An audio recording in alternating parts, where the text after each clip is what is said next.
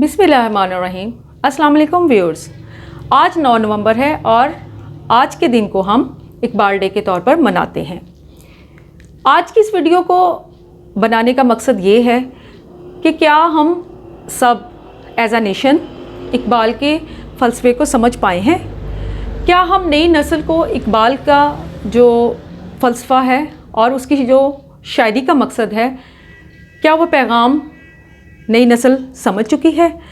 और इसके साथ साथ क्या as a teacher, as a parent और इसके साथ साथ एज अ स्टूडेंट्स, क्या हम सब लोग इकबाल के मैसेज को समझ पाए हैं। तो व्यूअर्स, आज की इस वीडियो को बनाने का मकसद यही है कि मैं इकबाल की जो फ़लसफ़ा खुदी है उसको थोड़ा सा आपके सामने बयान करूं। तो आज हम देखेंगे इकबाल का फ़लसफ़ा खुदी। इकबाल ने 1915 में अपनी किताब इसरार खुदी लिखी, जो कि फ़ारसी ज़ुबान में थी। और इस किताब में इकबाल ने अपने जो खुदी का फ़लसफ़ा है उसको बयान किया था। अब हम ये देखते हैं कि खुदी से क्या मुराद है। कुछ लोग खुदी को ईगो कहते हैं, कुछ लोग इसे सेल्फ रिस्पेक्ट कहते हैं,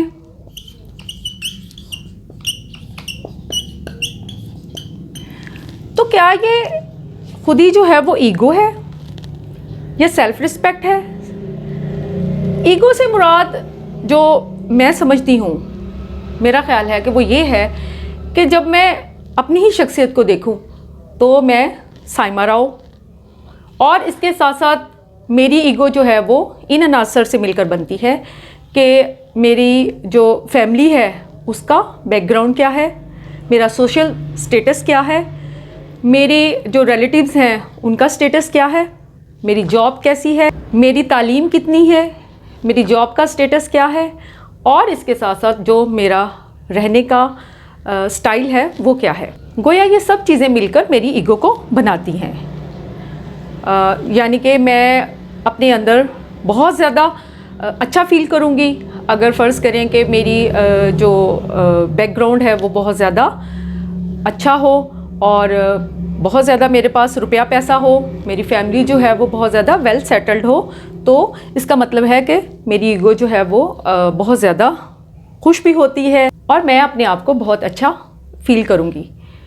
लेकिन मेरे ख़्याल में खुदी का मतलब ये नहीं है। इकबाल क्या कहता है खुदी के बारे में। इकबाल के मुताबिक खुदी एक हमारी स्पिरिचुअल फोर्स है।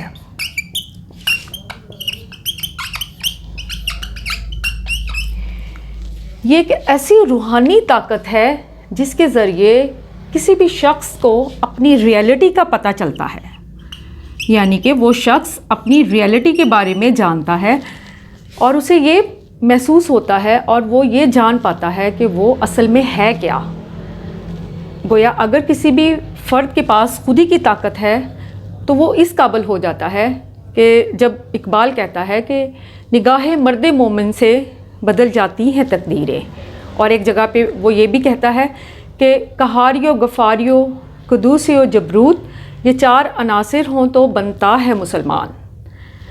गोया खुदी के लिए ज़रूरी है कि एक मुसलमान और एक मोमिन जो है वो अपनी ज़िंदगी इस अक़ीदे के तहत और इस बात को समझते हुए गुजारे कि वो अल्लाह ताला का फरमाबरदार बंदा है और इसके साथ साथ वो हज़रत मोहम्मद सल्लल्लाहु अलैहि वसल्लम का उम्मती है और उसने अपनी ज़िंदगी को कुरान और सुन्नत के मुताबिक गुजारना है।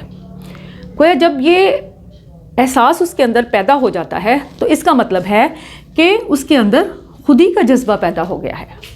और जब किसी भी मुसलमान और मोमिन के अंदर ये सलाहियत पैदा हो जाती है तो वो फिर दुनिया की जो बाकी तमाम ताकतें हैं उनके ऊपर हावी हो जाता है। यानी कि उसे इस बात का पता चल जाता है कि मैंने अपनी ज़िंदगी को कैसे गुजारना है, मेरी ज़िंदगी का मकसद क्या है। जब वो इन बातों पर अमल करता है तो वो इस कायनात का और इस माशरे का एक ऐसा फ़र्द बन जाता है कि जो दूसरों के साथ प्यार मोहब्बत के साथ रहता है और इसके साथ साथ वो दूसरों के हकूक़ का मुकम्मल तौर पर ध्यान रखता है, अदल इंसाफ़ करता है, रवादारी का मुज़ाहरा करता है, इसके साथ साथ सखावत का और फ़याज़ी का मुज़ाहरा करता है, दूसरों के साथ मिलजुल कर रहता है, किसी के भी हक़ पर वो डाका नहीं डालता, बल्कि वो इस माशरे का एक प्रोडक्टिव फ़र्द बनता है जो कि इस माशरे की फ़लाह व बहबूद में एक अहम किरदार अदा करता है।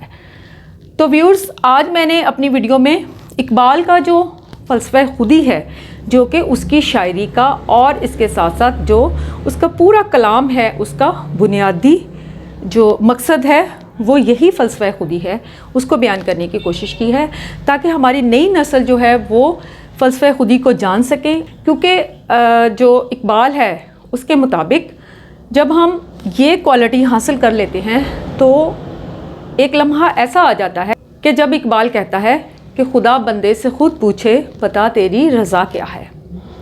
तो व्यूअर्स, आज मैंने इकबाल डे के ऊपर जो इकबाल का फ़लसफ़ा ख़ुदी है उसको बयान करने की कोशिश की है।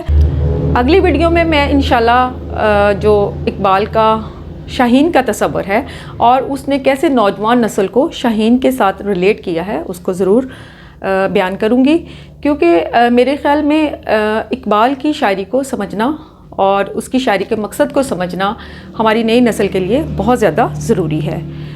क्योंकि इकबाल ही है जिसने कि हमें दो कौमी नज़रिया भी दिया था, जिसके मुताबिक हमारा ये वतन पाकिस्तान कायम हुआ था और इसके साथ साथ उसने मुसलमानों को बेदार करने में भी एक अहम किरदार अदा किया था। तो मौजूदा नई नस्ल को भी और इसके साथ साथ हमें एज अ टीचर जो इकबाल की शायरी है उसके मकसद को जानना बहुत ज़्यादा ज़रूरी है। तो व्यूअर्स, इसके साथ साथ मैं आपका बहुत ज़्यादा शुक्रिया अदा करूँगी कि आपने मेरी पिछली वीडियो को बहुत ज़्यादा पसंद किया है और मैं उम्मीद करती हूँ कि आप मेरी इस वीडियो को भी पसंद करेंगे। और जिन्होंने अभी तक मेरे चैनल को सब्सक्राइब नहीं किया वो मेरे चैनल को सब्सक्राइब करें और इसके साथ साथ जो बेल आइकन है उसको दबाएं ताकि मेरी हर आने वाली वीडियो आपको मिल सके। इसके साथ साथ मुझे आप कमेंट्स बॉक्स में ज़रूर लिखिएगा कि आज की वीडियो आपको कैसी लगी। तो व्यूअर्स, अगली वीडियो तक के लिए अल्लाह हाफ़िज़, शुक्रिया।